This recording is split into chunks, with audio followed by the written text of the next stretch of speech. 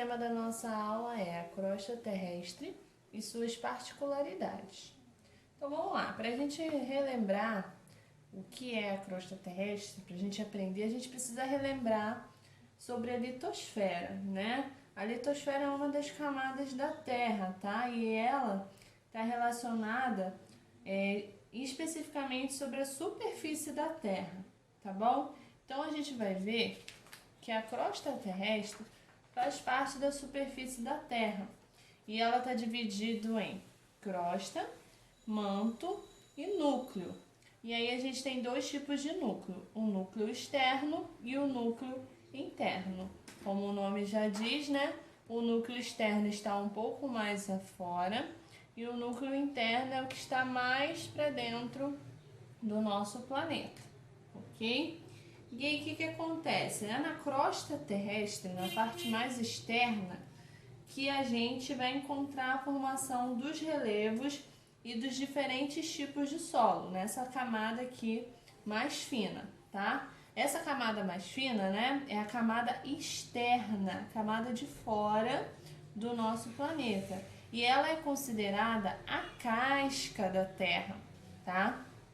E por isso, por ela ser considerada a camada mais fina da Terra, tá? Ela vai ser dividida em duas regiões, tá? Ela vai ter duas regiões bem definidas: a crosta continental e a crosta oceânica. A crosta continental, tá? Ela é mais grossa, ela tem a espessura dela, né? A espessura dela varia entre 30 e 70 quilômetros, enquanto a crosta oceânica é mais fina.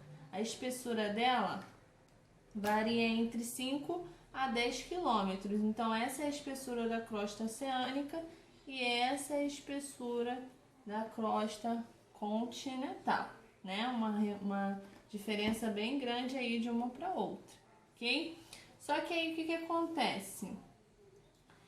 Nessa parte, tá, da crosta que a gente pode encontrar o relevo, tá bom? E o relevo, ele é a demonstração da variação dessas crostas, tá bom? E o que acontece entre essas crostas? Acontece constante ações dos agentes endógenos, que são os agentes internos da crosta, tá? Coisas que acontecem internamente, por exemplo, atividades vulcânicas ou terremotos acontecem internamente, por dentro da crosta, ok? Ou então pode ser de atividades exógenas, ou seja, externas, tá? Como, por exemplo, os ventos, as chuvas, tá? Outros fenômenos climáticos qualquer, ou até mesmo por ação humana, tá bom? Mas o que acontece? Isso tudo é importante a gente explicar a relação dessa estrutura interna da crosta, tá? Que não é totalmente contínua. O que acontece? A crosta, ela possui internamente grandes rachaduras, tá? É como se fosse um quebra-cabeça, tá vendo?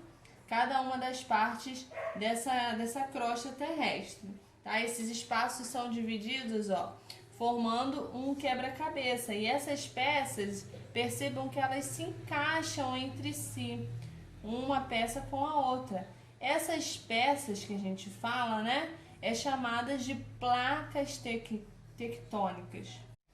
Agora que a gente já falou sobre a crosta terrestre, vamos falar um pouco sobre os tipos de solo, tá? A gente tem aqui 4 tipos de solo, ok? O que acontece? O solo arenoso, o solo argiloso, o solo calcário, o solo humoso ou umífero, tá? A gente pode falar das duas formas.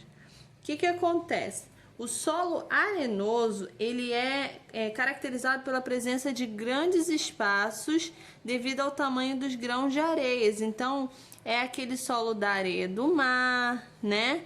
Que é mais comum visto lá na areia do mar. O solo arenoso, grande quantidade, né, de areia, mas areia mais espaçada, tá? Os grãos de areia.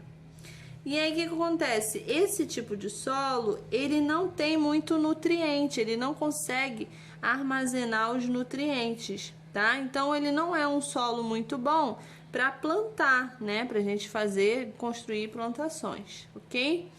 Aí a gente tem o solo argiloso, tá? Os grãozinhos do solo argiloso é muito mais fino, tá? E por esse motivo também a água e os nutrientes não conseguem ficar retidos, não conseguem absorver devido à formação desse solo, tá? E aí depois a gente tem o solo calcário, tá? Esse solo é muito comum em regiões de deserto, tá? Por quê? Porque a principal característica dele é a presença de rochas calcárias nele. E ele também não é muito indicado para o plantio porque ele tem baixa concentração de nutrientes, ok? E por último a gente tem o solo humoso ou umífero, tá?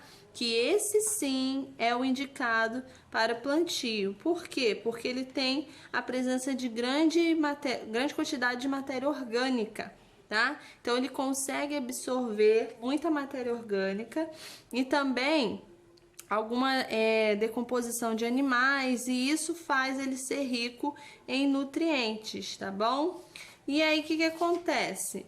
Esse solo, né, o solo humoso, você vai perguntar por que a gente precisa saber os tipos de solo? Bom, o solo, ele é extremamente importante para nós seres humanos e para todos os seres vivos no geral, tá? Por quê? Porque é graças ao solo que a gente consegue ter o plantio, produzir alimentos, as plantas conseguem produzir seus frutos e também tem animais que se alimentam apenas de vegetais.